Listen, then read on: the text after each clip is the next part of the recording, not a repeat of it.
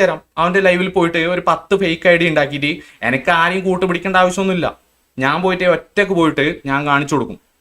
10 ഐഡിന്ന് അവന്റെ തന്തക്ക് വിളിക്കും. വാക്സ് നിന്റെ തന്തക്ക് നിന്റെ അച്ഛന്റെ കുണ്ണാമൈര എന്ന് പറഞ്ഞിട്ട് ഞാൻ ഒരു 10 കമന്റ് ഇടും. ഇല്ല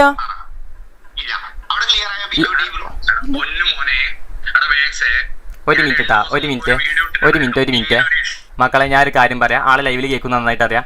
ഇന്റെ ലൈവിലോ ഇന്റെ വീഡിയോസിലോ കാര്യങ്ങളിലോ കുട്ടീനെ പോയിട്ട് ഗേൾസ് ആയിക്കോട്ടെ ചെറിയ കുട്ടികളായിക്കോട്ടെ അവരൊക്കെ നമ്മൾ റെസ്പെക്ട് ചെയ്താൽ സംസാരിക്കാറില്ലേ. ചെറിയ കുട്ടികൾ തെറിയാൻ നമ്മൾ എന്താ പറയല്, മോനെ തെറ്റാണ്, അമ്മേൻ്റെ ഫോൺ അച്ഛൻ്റെ ഫോണിനേക്കാൾ തെറി പറയണത് തെറ്റാണെന്ന് പറയുമ്പോൾ ഒരു സോറി പറഞ്ഞു പോകും. ഓക്കെ, അങ്ങനത്തെ ഒരാൾ ഞാൻ ഓക്കെ.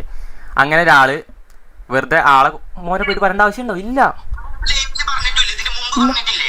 ആ ഞാൻ പറഞ്ഞു ആള് ഇതൊക്കെ ബ്രോ കാണിച്ചു വെച്ചാണ് ഇതൊക്കെ കേൾക്കണത്. നമ്മളൊന്നും ചെയ്തിട്ടില്ല, വായിൽ കിട്ടിയതല്ലേ, ഞാൻ ചെയ്തിട്ടല്ലല്ലോ.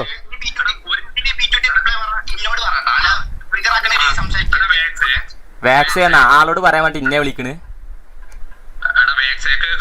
ആ പറ. ആ ഞാനുണ്ട്.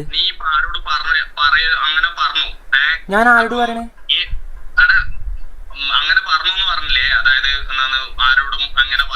ഞാൻ പറഞ്ഞ കാര്യം ക്ലിയർ ആയിട്ട് പറഞ്ഞുതരാം. അതായത് ഞാൻ പറഞ്ഞു ഞാൻ പറഞ്ഞ കാര്യം കറക്റ്റ് പറഞ്ഞുതരാം, അപ്പൊ മനസ്സിലാവല്ലോ. ഞാൻ പറഞ്ഞു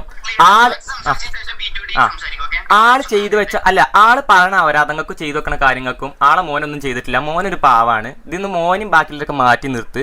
നിങ്ങൾ ആളെന്തു വേണമെങ്കിൽ പറഞ്ഞോ, ആള് ചെയ്തു വെച്ചാൽ ആൾക്ക് കിട്ടണത് പറഞ്ഞു. അത് ഞാൻ പറഞ്ഞു, മുന്നേ പറഞ്ഞിരിക്കണം. പിന്നെതാ അണ്ണന്റെ പേര് ഉണ്ടായി ചാറ്റിൽ വരുമ്പോ വരും, ഞാൻ മൈൻഡ് ആക്കില്ല. കാരണം വെറുത്തല്ല, എനിക്കറിയാം എന്റെ സ്റ്റാൻഡ്